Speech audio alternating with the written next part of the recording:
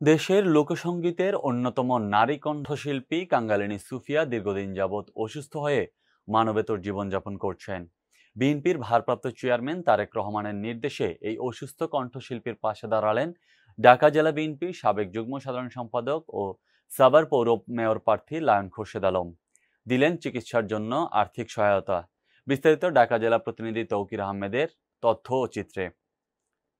পরাণের বান্ধব রে বান্ধব, বুড়ি হইলাম তোর কারণে, এমন অনেক জনপ্রিয় গানের শিল্পী দেশের লোকসঙ্গীতের অন্যতম নারী কণ্ঠশিল্পী কাঙ্গালিনী সুফিয়া দীর্ঘদিন যাবৎ বার্ধক্যজনিত নানা রোগে আক্রান্ত। অর্থাভাবে যেন তার চিকিৎসা চলছে নিবু নিবু করে। এমনই অবস্থায় মঞ্চে গলা ছেড়ে গান গাইতেও কেউ ডাকছেন না তাকে। অসুস্থতার খবর শুনে কাঙ্গালিনী সুফিয়ার চিকিৎসার সহায়তায় এগিয়ে এলেন বিএনপির ভারপ্রাপ্ত চেয়ারম্যান তারেক রহমান। তার নির্দেশে সকালে দলীয় নেতাকর্মীদের সাথে নিয়ে সাভারের জামসিং এলাকায় কাঙ্গালিনীর ভাড়া বাসায় ছুটে যান ঢাকা জেলার বিএনপির সাবেক যুগ্ম সাধারণ সম্পাদক লায়ন মোহাম্মদ খুরশেদ আলম। বিএনপির পক্ষ থেকে কাঙ্গালিনী সুফিয়াকে চিকিৎসা সহায়তা দিয়ে এদেশের শিল্প সংস্কৃতিতে বিশেষ ভূমিকা রেখেছেন লায়ন খুরশেদ আলম।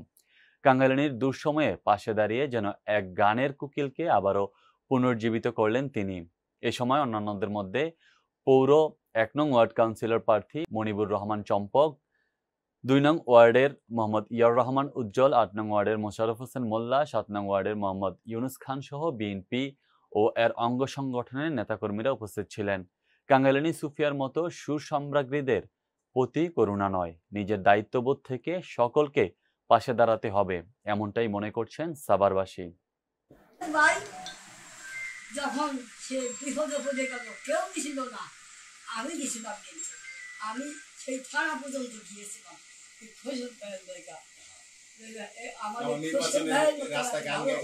আমি দেখিলাম।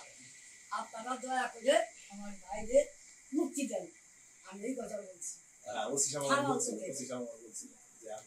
আমি কি না করছি, এই কয়টা বছর লুকায়ে আছে কোন জায়গা, আমি আমার তো থাকতে দেয় না, আমার মিথ্যা মামলা দিয়ে সারা থেকে আর আসবে না, আসবে না, গেছে আর আসবে না। আমি দোয়া করি, হ্যাঁ দোয়া করো, এই বিএনপি ছাড়বে ইনশাআল্লাহ। রাতে নাও একটা রাতে নাও, একটা রাতে নিয়ে আসো, একটা রাতে দাও, দুটো রাতে দিয়ে তুমি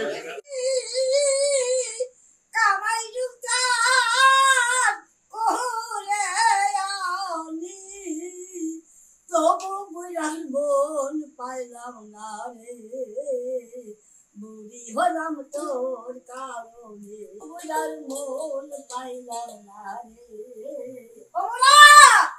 বুড়ি হলাম বুড়ার কারণে, পরাণের বান্ধব রে বান্ধব, বুড়া হলাম তোর কারণে, কুদালে কাটি আর মাটি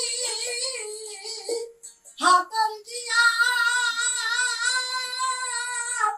পাতর বাড়ি, মাতারি কাম পায়ে ফেলি, মাতারি কাম পায়ে ফেলি, তবু দুঃখ ভালো না রে, বুড়ি হইলাম তোর কারণে।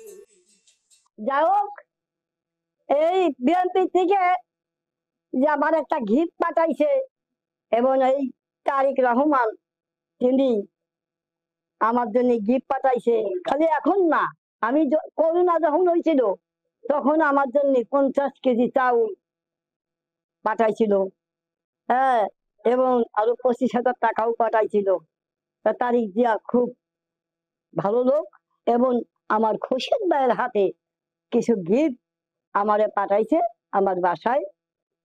তা যা হোক, আমার এই খোরশেদ ভাইয়ের জন্য আপনারা সবাই দোয়া করবেন এবং আশীর্বাদ করবেন যে সে যেন আমাদের এই মাঝে নেওয়ার হইতে পারে পৌরসভার, তাহলে আমার মনটা খুব খুশি হবে।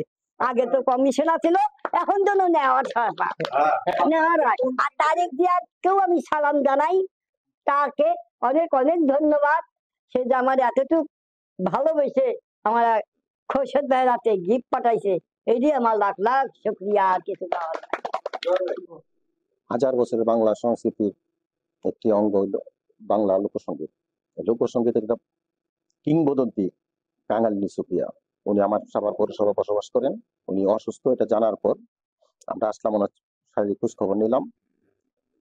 তার বিএনপির ভারপ্রাপ্ত চেয়ারম্যান তারেক রহমানের পক্ষ হতে ওনাকে চিকিৎসার জন্য আমরা একটা আর্থিক অনুদান দিলাম এবং আমি দায়িত্ব নিলাম উনি যতদিন জীবিত আছে ওনার যতটুকু ওষুধের জন্য যে প্রয়োজনটা আমি সর্বোচ্চ চেষ্টা করব তার ওষুধের প্রয়োজনটা মিটিয়ে দেওয়ার জন্য, যাতে উনি সুস্থ হয়ে আবার এই লোকসংগীতের মাধ্যমে বাংলার মানুষের অন্তরে বিরাজ করতে পারে। বাগেরহাটের মোড়লগঞ্জে 4 দলীয় নাইট ফুটবল টুর্নামেন্টের ফাইনাল খেলা অনুষ্ঠিত হয়েছে। এই খেলায় জ্যাম ফাইটার্স 3-2 গোলে রয়্যাল চ্যালেঞ্জার্সকে হারিয়ে চ্যাম্পিয়ন হওয়ার গৌরব অর্জন করেন। শুক্রবার রাত 8টায় সন্ন্যাসী ফুটবল একাদশের আয়োজনে এসপি রশিদিয়া মাধ্যমিক বিদ্যালয়ের মাঠে অনুষ্ঠিত খেলা শেষে বিজয়ীদের মাঝে পুরস্কার বিতরণী অনুষ্ঠানে প্রধান অতিথি হিসেবে উপস্থিত ছিলেন জেলা বিএনপির সদস্য বাগেরহাট 4 আসনের দলীয় মনোনয়ন প্রত্যাশী মোহাম্মদ মনিরুল হক ফরাজি। সম্মানিত অতিথি ছিলেন সাবেক প্রধান শিক্ষক মোস্তফা জামান খান।